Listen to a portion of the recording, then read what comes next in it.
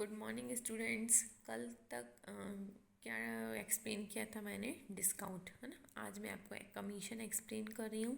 Commission क्या रहती है? एक रेम्यूनरेशन रहती है या एक रिवॉर्ड रहता है जो पे किया जाता है या रिसीव किया जाता है गुड्स को सेल और बाय करने में। ओके, या कोई भी हमने सर्विसेज दी है तो उसमें हमें क्या मिलती है? कमीशन मिलती है। ओके, देन इसके बाद देखिए डेटर्स क्या रहते हैं, या जिनको बुक डेब्ट्स बोला जाता है। The person or institution to whom goods are sold on credit or money और services are lent is called debtor till the full payment is receive the amount so due is called book debts. देखिए debtors क्या रहता है? वो person या institution जिसको हमने goods credit में सोल्ड किया है या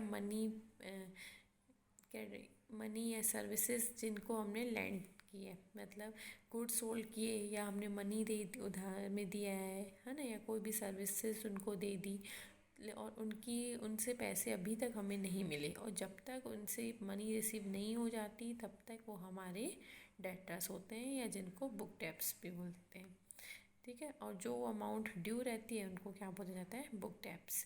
क्रेडिटर्स इसका अपोजिट हो जाएगा, जिससे हमने गुड्स परचेस किए हैं, है ना, बॉट और सर्विसेज अगर ली हैं और क्रेडिट पे। डेटर्स क्या थे? क्रेडिट्स पे अगर कुछ भी सेल किया है, बेचा है। लेकिन क्रेडिटर्स क्या है? अगर हमने किसी से उधार में लिया है तो वो हमारे क्रेडिटर्स हो जाएंगे। बैड डेब्ट्स क्या रहता है कि अगर हमें डेटर से कुछ भी रिकवर नहीं हो पाया, है ना, कुछ अमाउंट, जैसे डेटर से 5,000 लेना है, 2,000 रिसीव है, 3,000 रिकवर नहीं हो पाए, तो इरिकवरेबल ड्यू जो रहता है वो हमारा क्या हो जाता है? बैड डेब्ट्स हो जाता है, जो कि बिजनेस के लिए एक लॉस है। अब देखिए वाउचर क्या रहता है? एक रिटर्न डॉक्यूमेंट रहता है, सर्टिफिकेट रहता है और पेपर रहता है। ठीक है, उसे वाउचर बोलते हैं। दैट मीन्स रिसिप्ट, है ना, money receipt, cash memo, bank receipt, ये सब क्या है? वाउचर्स हैं। जैसे कुछ भी हमने लिया, है ना, तो हमें ये बिल बना के देते हैं, तो उस बिल को वाउचर बोला जाता है। वाउचर्स डेबिट भी रहते हैं और क्रेडिट भी रहते हैं।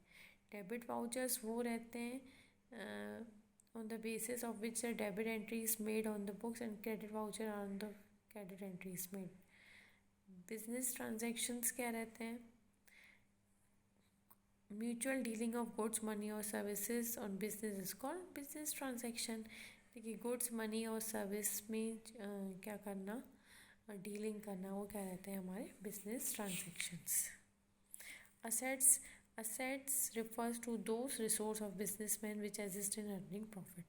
देखिए असेट बिजनेसमैन का वो रिसोर्स है ना, साधन है, जिससे हम फ्यूचर में बिजनेस में, जिससे फ्यूचर में अभी रिसेंट में प्रॉफिट अर्न करता है। ओके, देखिए असेट के भी टाइप्स रहते हैं। करंट असेट रहता है और फिक्स असेट रहता है। फिक्स असेट वो असेट रहते हैं जो फिक्स्ड असेट को परचेस करने में फिक्स असेट वो असेट रहते हैं जैसे कि जिनसे लंबे समय तक प्रॉफिट अर्न किया जाता है। जैसे लैंड, हमने ज़मीन ले ली, लंबे समय तक प्रॉफिट होगा। बिल्डिंग ले लिया, मशीन ले लिया, फर्नीचर, इनसे क्या हो रहा होता है? हमें मतलब बहुत समय तक प्रॉफिट अर्न होता है। करंट असेट वो असेट रहते हैं जो 1 साल के अंदर अंदर रिकवर हो जाते हैं। जैसे डेटर, उससे पैसे लेने हैं तो वो कुछ ही टाइम में हमें उससे पैसे मिल जाएंगे। ठीक है। टेंजिबल असेट वो असेट रहते हैं जिसको हम देख और छू सकते हैं और देख सकते हैं, है ना, विच कैन बी सीन और टच, लैंड, बिल्डिंग, फर्नीचर। और इनटेंजिबल वो असेट रहते हैं जिन्हें हम देख नहीं सकते और ना ही टच कर सकते हैं। जैसे गुडविल। देखिए गुडविल क्या रहता है कि किसी भी बिजनेस की रेपुटेशन बन जाती है, तो उस रेपुटेशन को हम देख सकते हैं क्या? सिर्फ महसूस कर सकते हैं, है ना। तो क्या हो जाती है? हमारी इनटेंजिबल असेट हो जाती है। अब फिक्शियस असेट वो असेट रहते हैं, the asset which are regarded asset on technical and scientific but which carry no real value। Preliminary expense, मतलब इनको बोला गया है असेट है बट इनकी कोई रियल वैल्यू नहीं रहती। जैसे शेयर्स पे डिस्काउंट मिल गया, कोई कमीशन मिल गई। ठीक है। लिक्विड असेट क्या रहते हैं कि जो कि ईजिली लिक्विड कैश में कन्वर्ट हो जाते हैं शॉर्ट टाइम में, जैसे कैश, डेप्ट और bill receivable, cash at bank. Okay student, आज के लिए इतना सफिशेंट है। आपको इसे फेयर कॉपी में नोट करना है।